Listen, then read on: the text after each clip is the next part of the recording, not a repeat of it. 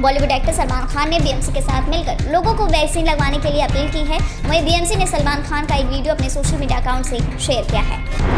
दुनिया की सबसे बड़ी पनडुब्बी रूस के खुफिया मिशन पर रवाना हो गई है। परमाणु बमों से लैस है ये सबमरीन। वहीं यूएस ब्रिटेन में हलचल भी पैदा हो गई है। बता दें, पनडुब्बी दुश्मन के इलाके में घुसकर खुफिया जानकारी भी इकट्ठा कर सकती है। एक बार फिर बिहार से कोरोना टीकाकरण में बड़ी लापरवाही सामने आई। अब एक ऐसी युवती का कोरोना वैक्सीनेशन सर्टिफिकेट जारी किया गया है जिसको वैक्सीन लगवाई नहीं गई। और दिल्ली विश्वविद्यालय की आधिकारिक वेबसाइट पर जारी कैलेंडर के अनुसार सेमेस्टर 5 व 7 की कक्षाएं 20 जुलाई से तो और सेमेस्टर 6 व 8 की कक्षाएं 1 जनवरी 2022 से शुरू होंगी। ब्रिटेन के स्वास्थ्य मंत्री मैट हैनकॉक ने कोविड प्रोटोकॉल उल्लंघन के आरोपों के बाद से इस्तीफा दे दिया। बता दें, हाल ही में उनके ऑफिस सहयोगी को किस करने की तस्वीरें भी सामने आने के बाद उन पर कोविड नियमों को तोड़ने का आरोप लगा था। जापान ने भारत समेत 5 देशों के खिलाड़ियों से कहा है कि टोक्यो ओलंपिक में आने से पहले कोविड टेस्ट जरूर करवाएं। सरकार ने पुरानी कारों में फ्रंट सीट पैसेंजर के लिए डुअल एयरबैग लगवाने की डेडलाइन को बढ़ा दिया है। अब कार निर्माताओं को अब 31 दिसंबर से मानदंडों का पालन करना होगा। दिल्ली में कोरोना अनलॉक पार्ट 5 का ऐलान कर दिया गया है। गाइडलाइंस में कहा गया है कि आज से राजधानी में जिम और योगा संस्थान खोले जा सकेंगे। हालांकि इसके लिए 50% की क्षमता भी तय कर दी गई है। दिल्ली के करीब फरीदाबाद में डेल्टा प्लस से संक्रमण का मामला सामने आया है। हरियाणा सरकार ने मरीज के संपर्क में आए सभी लोगों के टेस्ट कराने के आदेश दिए हैं। यानी अब डेल्टा प्लस का खतरा दिल्ली से भी दूर नहीं।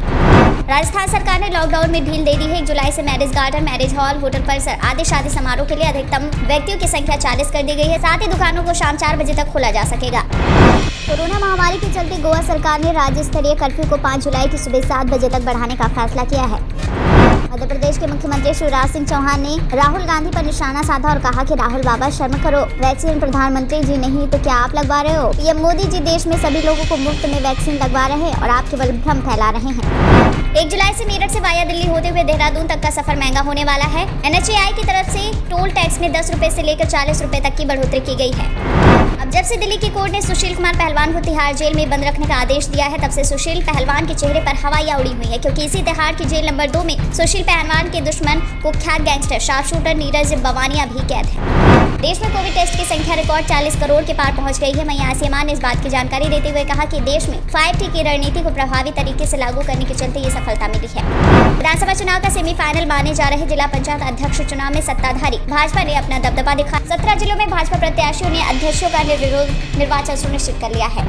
केंद्र ने सुप्रीम कोर्ट को बताया है कि कोविड-19 से होने वाली मौतों के लिए राष्ट्रीय बीमा कवरेज प्रदान करने को लेकर फिलहाल कोई नीति या योजना नहीं है। साथ ही ये भी कहा इसे लेकर कोई विचार विमर्श भी नहीं चल रहा।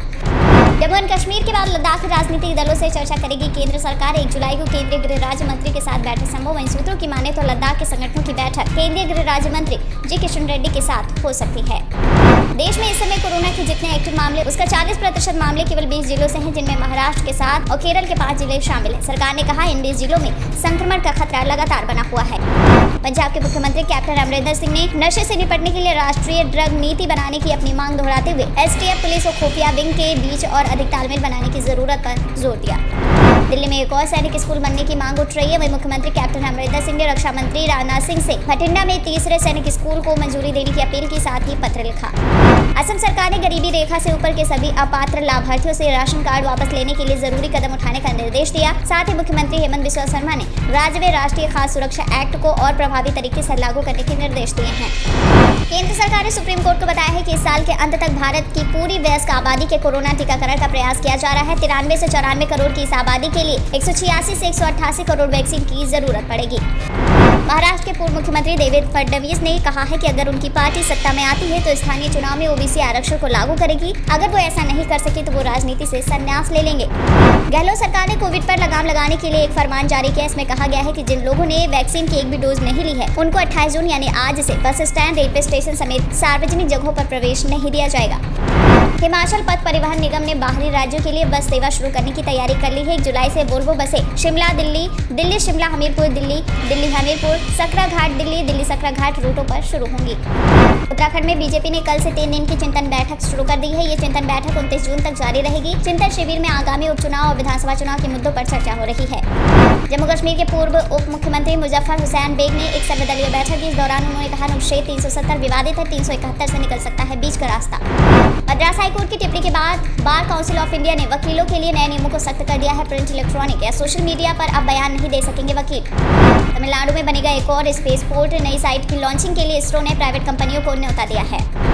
कोविड वैक्सीन को लेकर पहले ही ब्लड क्लॉट जैसे कई साइड इफेक्ट देखने को मिले, लेकिन अब और भी ज्यादा चौंकाने वाला मामला सामने आया है। दरअसल कोविड वैक्सीन लेने के बाद लोगों में बेल पाल्सी यानी कि फेशियल पैरालिसिस के लक्षण पाए गए हैं। यूनिवर्सिटी हॉस्पिटल्स, क्विनलैंड मेडिकल सेंटर और case Wester reserve university school of medicine के शोधकर्ताओं ने पाया है कि जिन लोगों को कोरोना से बचाने के लिए वैक्सीन लगाई गई, उनकी तुलना में कोरोना वायरस से पीड़ित लोगों में फेशियल पैरालिसिस की संभावना 7 गुना अधिक थी। संजय रेवंत रेड्डी तेलंगाना कांग्रेस के नए अध्यक्ष नियुक्त किए गए हैं।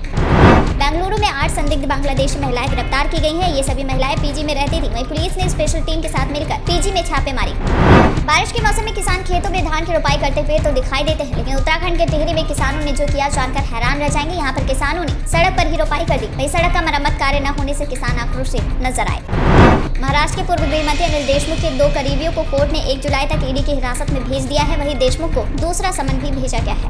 सोशल मीडिया पर यह दावा किया जा रहा है कि सरकार ने सरकारी कर्मचारियों और पेंशनधारियों को महंगाई भत्ता देने का फैसला लिया है। इस दावे को वित्त मंत्रालय ने पूरी तरह से फर्जी बताया है। कांग्रेस नेता शत्रुघ्न सिन्हा ने ट्वीट कर लिखा है कि दुनिया में 4 तरह के दुखी होते हैं, उनमें से कोई खुद से ही दुखी रहता है तो कोई दूसरों से। उन्होंने आगे ये भी लिखा कि नया वेरिएंट मोदी से दुखी है।